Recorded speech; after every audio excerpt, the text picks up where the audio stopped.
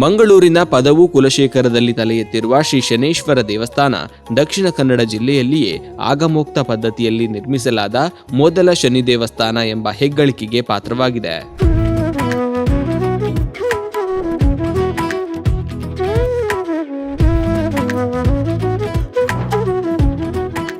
ಈ ಪದವು ಮೇಗಿನ ಬಳಿಯಲ್ಲಿರುವ ಪದವು ಹಿಂದೂ ಸೇನೆ ಯುವ ಸೇನೆ ಶಾಖೆಯವರು ಈ ಭವ್ಯವಾದ ಒಂದು ಶನೇಶ್ವರ ದೇವಾಲಯವನ್ನು ನಿರ್ಮಾಣ ಮಾಡಿರುತ್ತಾರೆ. ಈ ನಿರ್ಮಾಣ ಕಾರ್ಯದಲ್ಲಿ ಜಾತಿ ಮತ ಬಂತ ಎಲ್ಲವನ್ನು ಮರೆತು ಎಲ್ಲ ಜಾತಿ ಮತ್ತು ಹಿಂದೂ ಮುಸ್ಲಿಂ ಇರಲಿ ಕ್ರಿಶ್ಚಿಯನ್ ಇರಲಿ ಬೇರೆ ಯಾವುದೇ ಜಾತಿ ಮೇಲು ಕೀಳು ಬಡವ ಬಲ್ಲಿದನೆಂಬ ಯಾವುದೇ ತಾರತಮ್ಯವಿಲ್ಲದೆ ಈ ಭವ್ಯವಾದ ದೇವಾಲಯವು ನಿರ್ಮಾಣಗೊಳ್ಳಲು ಎಲ್ಲರೂ ಕಾರಣೀಕರ್ತರಾಗಿದ್ದಾರೆ. ಇದಕ್ಕೆಲ್ಲವೂ ದೈವ ಸಂಕಲ್ಪವಿಲ್ಲದೆ ನಮ್ಮ ಒಂದು ಹುಲ್ಲು ಕೂಡ ಅಲ್ಲಾಡಿಸಲು ಸಾಧ್ಯವಿಲ್ಲ. ಆದ್ದರಿಂದ ದೇವರಿಗೆ ಯಾವ ತರ ಬೇಕು, ದೇವರಿಗೆ ಏನು ಆಗಬೇಕು, ಮುಂದಿನ ದಿನಗಳಲ್ಲಿ ಯಾವ ರೀತಿಯಲ್ಲಿ ಪೂಜೆ ಪುರಸ್ಕಾರ ನಡೆಸಬೇಕೆಂದು ಆ ದೈವ ಸಂಕಲ್ಪದಂತೆ ಇದನ್ನು ನಡೆಸಿಕೊಟ್ಟ ತಂತ್ರಿಯವರು ನಮಗೆಲ್ಲ ತಿಳಿಸಿಕೊಡ್ತಾರೆ.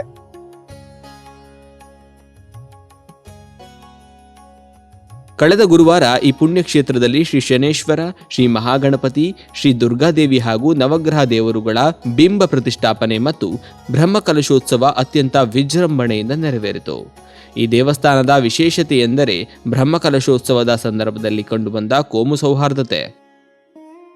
ದೇವಸ್ಥಾನದ ಅಂಗಣ ಚಿಕ್ಕದಾಗಿದ್ದು ಸಾವಿರಾರು ಭಕ್ತರಿಗೆ ವ್ಯವಸ್ಥೆ ಮಾಡಲು ಜಾಗದ ಕೊರತೆ ಇತ್ತು. ಈ ಸಮಯದಲ್ಲಿ ಸ್ಥಳೀಯ ಹಿಂದೂ, ಮುಸ್ಲಿಂ ಮತ್ತು ಕ್ರಿಶ್ಚಿಯನ್ ಬಾಂಧವರು ಉದಾರವಾಗಿ ತಮ್ಮ ಜಾಗವನ್ನು ಪಾರ್ಕಿಂಗ್, ಅನ್ನಛತ್ರ ಮತ್ತು ಧಾರ್ಮಿಕ ಸಭೆಗಳಿಗಾಗಿ ಬಿಟ್ಟುಕೊಡುವ ಮೂಲಕ ಸೌಹಾರ್ದತೆಯನ್ನ ಮೆರೆದಿದ್ದಾರೆ. ಕಟ್ಟೆಯಿಂದ 1990ರಲ್ಲಿ ಕಟ್ಟೆಯಲ್ಲಿ ಶನೇಶ್ವರ ಪೂಜೆಯನ್ನು ಹಿಂದೂ ಯುವ ಸೇನೆಯ ಪದವು ಶಾಖೆಯವರು ಆರಂಭಿಸಿ ಅದನಂತರ ಮಂದಿರವನ್ನು ನಿರ್ಮಾಣ ಮಾಡಿದರು. ಈ ಜಾಗದಲ್ಲಿ ನಿರ್ಮಾಣ ಮಾಡಿ ಅವರಿಗೆ ಏನೋ ದೈವ ಸಂಕಲ್ಪ ತೋರಿದಂತೆ ಪೂರ್ಣ ಪ್ರಮಾಣದ ದೇವಾಲಯವನ್ನು ನಿರ್ಮಾಣ ಮಾಡಬೇಕಂತ ದೈವ ಇಚ್ಛೆಯಂತೆ ಅವರು ಮುಂದುವರಿದು ಎಲ್ಲರ ಸಹಕಾರ ಪಡೆದು ಅದರಲ್ಲಿ ಜಾತಿ ಮತ ಪಂಥ ಬಡವ ಬಲ್ಲಿದ ಮತ್ತೊಬ್ಬ ಅಂತ ಯಾವುದೇ ತಾರತಮ್ಯ ಇಲ್ಲದೆ ಎಲ್ಲರನ್ನು ಸೇರಿಸಿಕೊಂಡು ಎಲ್ಲರ ಇದರಲ್ಲಿ ಈ ಪದವು ಮೇಗಿನ ಬಳಿಯ ಕುಲಶೇಖರದಲ್ಲಿ ಭವ್ಯವಾದ ನಿರ್ಮಾಣವನ್ನು ದೈವ ಸಂಕಲ್ಪದಂತೆ ನಿರ್ಮಾಣಗೊಂಡು ಇವತ್ತಿಗೆ ಲೋಕಾರ್ಪಣವಾಗಿದೆ.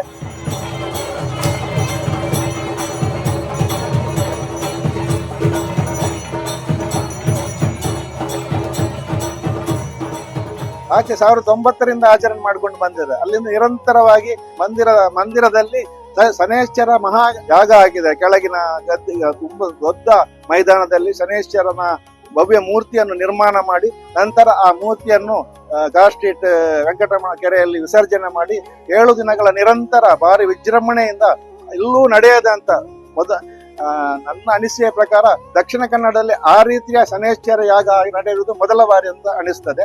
ಒಂದು ಶನೇಶ್ವರನ ವಿಗ್ರಹವನ್ನು ನಿರ್ಮಾಣ ಮಾಡಿ ಆಮೇಲೆ ಜಲಾದಿ ಮಾಡುವುದು ಮೊದಲನೇ ಬಾರಿ ನಡೆದಿರುತ್ತೆ. ಶನೀಶ್ವರನ ಪೂಜೆ ಮಾಡ್ತಿದ್ರು. ಈಗ ಮಹಾಗಣಪತಿ, ನವಗ್ರಹ ಸಹಿತ ಶನೇಶ್ವರ ಹಾಗೂ ದುರ್ಗೆಯರ ಗುಡಿಯದೊಂದಿಗೆ ಭವ್ಯವಾದ ದೇವಾಲಯ ನಿರ್ಮಾಣವಾಗಿದೆ. ಮೊದಲದೇ ಇದು ನಮಗೆ ಅನಿಸಿನ ಪ್ರಕಾರ ಪೂರ್ಣ ಪ್ರಮಾಣದ ಒಂದು ಶನೇಶ್ವರ ದೇವರ ದಕ್ಷಿಣ ಕನ್ನಡದಲ್ಲೇ ಮೊದಲನೇದಾಗಿ ನಮ್ಮ ಅನಿಸಿಕೆ.